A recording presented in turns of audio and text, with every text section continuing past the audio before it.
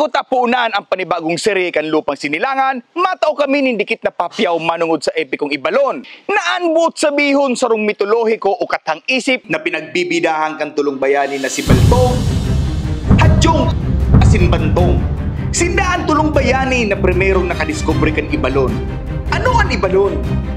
Ang Ibalon ang inaabot na sa presenteng panahon niya nin Bicol. Daing takot nindang inatubang ang limang halimaw na si Rabot na sarong Bakulaw, si Tandayag na sarong higanting baboy ramo, si Oriol sarong magayon na babae ng kabagakan hawak, garong halas o serpente, si Triburon sarong higanting pating na may dakulang pakpak, asin ang panlima ang pangarandang buhala sarong higante na may sasarong dakulang mata. Ano ang importansya kan papyaw na ini manungod sa istoryang epikong Ibalon sa serye na madadalanta sa aldaw na ini? Sa katahawan kan samong pagliligom ng impormasyon, nakamati kami ng kaugmahan, kaorgulyo kan panuwan tigaon, nasabi kan libro, sa barangay tinawagan namon nag-ansaro sa mga bayaning nasambit sa istoryang ini. Sa barangay tinawagan namon dag sa Jong ang panduang bayani na nag-abot sa Ibalon o Bicol.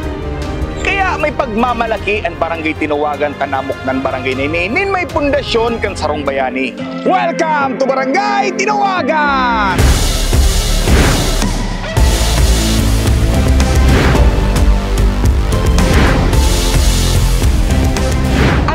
Tinawagan saro sa nabiyayaan nin mayaman sa mga naturalesa ang hinimo kan mahal na Diyos o natural resources. Uya digdi nag-aagos ang malipot asin malakristal na tubig. Garo ini naghahalas-halas, makaskas na nagbubulos pababa pasiring sa barangay Hingaroy. Sa Sitio Mayanao, manunuparan ang sarong maestikong busay na magayon pasyaran. Na pag nagkarigos ka daigdi, mawawara ang kulog kan sa imong hawak sa sobrang lipot asin presko kan tubig igdi. Kan mga nagkairinot na panahon, saruan busay na ini sa nagiging paglaong kan mga tao igdi, tamayaman ini sa buyod, kasili, hito, asin, agama. Saro sa mga nakaugalian kan mga nagkairinot na tao igdi ang magbugtak din bubo sa salog na nagsisirbing pandakop sa mga lamang tubig. Magbalik kita sa dekada 70. Kan panahon na nabulabog ang mga residente di kan mag-alingaw-ngaw ang maribok na mga armas kan duwang kampo ang grupo kan mga bagong hukbong bayan o NPA asin Philippine Constabulary o PC na nagkaigong enkwentro sa lugar na ini. Nakan panahon na ito, napalitandaan malakristal ng tubig kang spillway ning kulay ruby. Taduman nag-agos ang dugo kan mga binawian nin buhay sa bakbakan kan PC laban sa NPA. Asin base sa samong pagre-research, igdi sa barangay na ini primerong nalugadan si Commander Tangkad. Ang barangay tinawagan ang saro sa pinakamaswerte na nabiyayaan kag lalang ta igdi pinatubo ang abakan na rinukyaw kan bilog na kinab-an ninapod ning tinawagan puti asin tinawagan bulaw.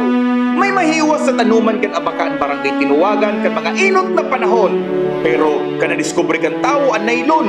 Naribayan nin tanuman kan gulayon asin maisan ang mga bakahan na ini. Igdi man sa barangay nini ang sarusan ng mga lugar na ilistaran kitong Chuk Biroy asin Jack Bibay na magurang kan dating senador nagikan sa Tigao na si Senator Edmundo Sea. Igdi man naghahali ang mga bantog asin mga maray na serbidor kan publiko. Ang pamilya Espinosa na pinunan ni Josue Espinosa na ama ni Chudolfo Espinosa na mas bistado sa apod na payumpo na naging vice-alkalde ni Dr. Eleanor Lelis asin halawig na nagserbi sa Banwa ng Tigaon hanggang sa presenteng niyan. Ang barangay tinawagan magayon pasyaran. Dai ka mabasol pag sa imong nanuparan ang Ramos. May berdeng imahe asin magayon na karigusan. Kung gusto manindon pasyaran na patok sa panahon ngunyan, dumanan nindo ang Maze Setas, Eco Farm and Resort. Igwa ining magayon na swimming pool, masiram igdi magkape-kape, magkakan, asin purbara nindo magkawat sa mini golf range. Kaday ka mo mabasol! Kung trip man kan sa indong mga tropa mag-FT o food trip, magduman ka mo sa Zona 2 kay Cois Martin Pares at Silog Mills. Sulit ang serving, barato na, masiram pa. Gapjay recommend. Yaon manigdi ang ongoing asin dapat ang abangan na Villa Espinosa Resort. Ang barangay tinawagan igong 4,456 of population asin 1,171 households. Igwa manigding mantinido asin aktibong mga simbahan asin kapilya. Yaon sa Zona 2 ang Jesus Loving Shepherd Fellowship.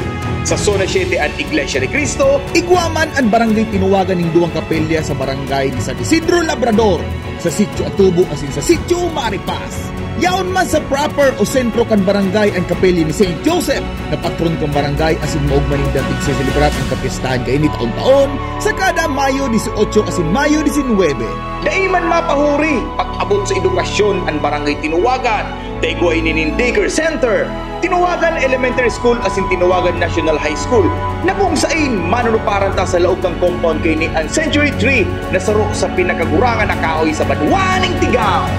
Para mas mabisto mo ang Banwaning Tigaon, pirmi mag-antabay sa programa ni Cap J Surusimana na balikan ang lupang sinilangan. Yakap kayo ni Cap J. Samahan mo kung